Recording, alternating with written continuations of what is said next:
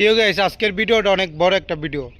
যে কাহিনীটা ঘটছে বাংলাদেশে, এই কাহিনীটা যদি মুসলমান যুবকরা করতো তাহলে পুরা দেখতেন সোশ্যাল মিডিয়া ভাইরাল হইতো, প্রিন্ট মিডিয়া যে কয়টা টেলিভিশন আছে সব দিয়ে ভাইরাল করতো, নিউজের উপরে নিউজ করতো।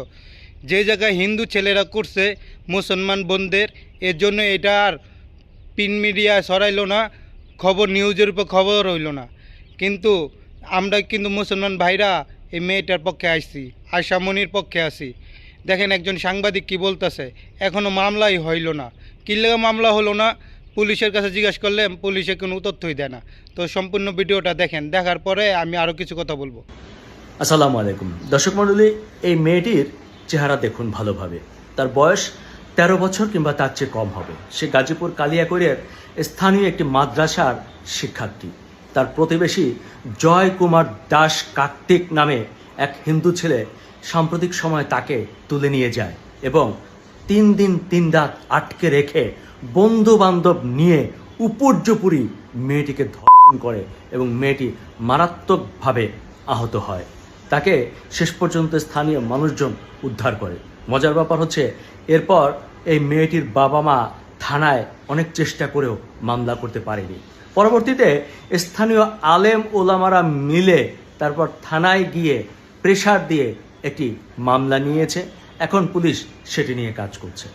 দর্শক মণ্ডলী, এই যে ঘটনাগুলো ঘটছে, এই যে আমরা বলি যে বাংলাদেশ একটি মুসলিম দেশ এবং সাম্প্রদায়িক সম্প্রীতির দেশ, আমিও তাই বিশ্বাস করি। কিন্তু দেখুন, এমন কিছু ঘটনা ঘটছে, এমন কিছু মাদ্রাসার শিক্ষার্থী বিশেষ করে ছাত্রীদের উপরে কিছু অত্যাচার টর্চার হচ্ছে, যেগুলো আপনি কোনো হিসাবে মেলাতে পারবেন না। আমার মাঝে মাঝে দুশ্চিন্তা হয় যে এর পেছনে কি গভীর কোনো ষড়যন্ত্র বা চক্রান্ত আছে। যদি তাই থাকে তাহলে আমাদের মুসলমানদেরকে একত্রিত হয়ে সে চক্রান্ত প্রতিহত করতে হবে। আমাকে অনেকেই বলছে, ভাই এত বড় একটা বিষয় নিয়ে কেন বাংলাদেশের মিডিয়া এবং বাংলাদেশের এত ইসলামী দল আছে, তারা কেন কথা বলছে না? দেখুন, হয়তো নিশ্চয়ই এর পেছনে অন্য কোনো কারণ আছে কেন কথা বলছে না। আর আমাদের দেশে যে এত ইসলামী দলের কথা বলছেন, আপনি কি জানেন না আমাদের দেশে যত ইসলামী দল আছে তারা অত্যন্ত ব্যস্ত। তারা রাজপথে আন্দোলন করে, সংগ্রাম করে, তারা লড়াই করে, তারা অধিকার আদায়ের চেষ্টা করে। আরে ভাই, সামনে নির্বাচন, তারা আসন ভাগাভাগি নিয়ে ব্যস্ত আছে। সামনে নির্বাচন, পিয়ার পদ্ধতি হবে না কি পদ্ধতি হবে সেটা নিয়ে তারা আন্দোলনে ব্যস্ত। তাদের কি আর সময় আছে যে এরকম একজন মাদ্রাসা শিক্ষার্থী হয়েছে, তার যে সহযোগিতা লাগতে পারে তার পাশে দাঁড়াতে হবে, এই হুঁশ কি আছে? আমাদের এতগুলো ইসলামী দল থাকলে, তারা রাস্তায় যদি থাকে, তাহলে দেশে এমন ঘটনা কিভাবে ঘটে একজন মুসলিম হিসাবে আমারও খুব জানতে ইচ্ছা করে। এই আয়শামণি হলো 13 বছরে একজন মাদ্রাসার ছাত্রী। তাকে যখন দর্শন করলো, কোনো মিডিয়া প্রচার করলো না, এখনও প্রচার করেনি। কিন্তু ওই যে জয় না কি জানি নামটা, হিন্দু ছেলেটা, ওটাকে কিন্তু সাধারণ জনগণ ধরছে, কিন্তু প্রশাসন এখনও ধরে নাই, হাতের ছোঁয়া বাইরে। হিন্দু দেখেই ছাড় দিয়ে দিল। আর বাংলাদেশের মুসলমানরা যদি এইসব কাজ করতো হিন্দু মেয়েদের সাথে, দেখতেন রে ভাই, নিউজের উপরে নিউজ। তো চলুন দ্বিতীয় ভিডিওটা দেখে আসি, তাকে গ্রেপ্তার করে কি জিজ্ঞাসা করতেছে সাধারণ মানুষটা। তুমি একটা হিন্দু, তুমি একটা মুসলমান মেয়ের সাথে কি করছো?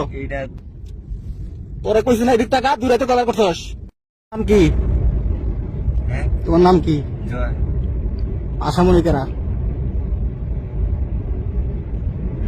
আশামণি কে? আশামণির সাথে তোমার সম্পর্ক কি? কিছু না। তুমি হিন্দু না মুসলমান? কথা জোরে বলো, হিন্দু না মুসলমান? আশামণির সাথে তোমার সম্পর্ক কিসের? কথা বলো, জোরে কথা বলো। আশামণির সাথে সম্পর্ক কিসের? ওকে নিয়ে আসছিলা কেন? কোন আশাকে নিয়ে আসছিলা? আমি তো নিয়ে আসছিলাম না। তাহলে ওকে পালাই নিয়ে আসলো কে? কার সাথে আসছিল আশামণি? কার সাথে আসছিল? আমার দিকে তাকাও, কার সাথে আসছিল? পুরা গাজীপুরটা গরম রাখছো এক আশামণিকে নিয়ে। তুমি হিন্দু হয়ে মুসলমান মেয়েকে নিয়ে কেন আসছিলা? কথা বলো, তুমি আসছো কেন সেটা বলো। আশামণিকে নিয়ে কেন পালাইছো? আমি তো নিয়ে আসছিলাম না। ঘটনা বলো, আমি ঘটনা জানতে চাচ্ছি, ঘটনা বলো। ওই একলাই চলে গেছিল। কথা জোরে বলো, কেন আসছো কাহিনী বলো, শুরু থেকে বলো, শুরু ওই থেকে বলো। একাই চলে গেছিল। কার সাথে গেছে? ওই চলে গেছিল, পরে আমার রিসিভ করতে বলছিলাম, রিসিভ করছিলাম কোথা থেকে রিসিভ করছো? ঢাকা থেকে। ঢাকা থেকে কোন জায়গায় নিয়ে গেছিলা? ঢাকায় ঢাকা কোন জায়গায়? নবীনগরে গাবতলী থেকে। গাবতলিতে। তারপর ওরিনা কোথায় ছিলা? কয়দিন ছিলা? 2 দিন। কথা জোরে বলতে বলছি, জোরে চিল্লায় কথা বলবা। 2 দিন তাকাও, দিক তাকাও। 2 দিন কোথায় ছিলা? কার সাথে ছিলা? ওই জায়গায় ছিলাম। কি করছো ওর সাথে? আমি বাড়িতে চলে যেতে বলছিলাম, ওই যাই না। তুমি ধর্ষণ করছো ওরে? না, তাহলে কি করছো? ধর্ষণ, ওরে আমি ধর্ষণ করি। কি করছো ওর সাথে? তুমি 2 রাত কি করছো? কথা বলা। 2 রাত কি করছো? কথা বলতে বলছি, জোরে কথা বলো। 2 রাত কি করছো তুমি ওর সাথে? ওই আমার লাভ করতো। হ্যাঁ, তারপর এই এই যে হলো কাহিনী। লাভ করা, তারপর দেখছেন তো ধরছে। এই যে অন দৈরা যদি গণদোলায় দেয় জনগণ, তখনকে কি বলবে জানেন? মিডিয়ায় এক হিন্দু ছেলেকে মক সৃষ্টি করে মেরে ফেলা হয়েছে, মানে এই ধরনের নিউজ করার জন্য হেরা প্রস্তুত আছে।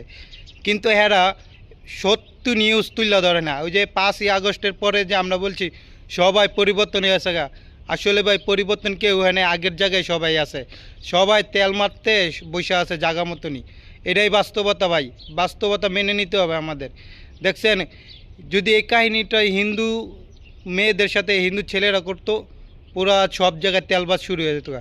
আর যে জায়গায় মুসলমান মেয়েদের সাথে হিন্দু ছেলে করছে, এই জন্য কোনো আইনও মামলাও নিল না প্রশাসন, কোনো ইয়ে নিল না। আর এখন যদি সাধারণ জনগণ যদি ধরে দোলায় দেয়, পরে কইব মক সৃষ্টি করে মেরে ফেলাইছে। এটাই বাংলাদেশ ভাই। এখন নতুন একটা নাম হয়েছে মক সৃষ্টি করা। আইনে কোনো কাজ করে না, খালি মানুষ ধরতে গেলে কয় মক সৃষ্টি করে মেরে ফেলা হয়েছে, মক সৃষ্টি করে মারধর করা হয়েছে।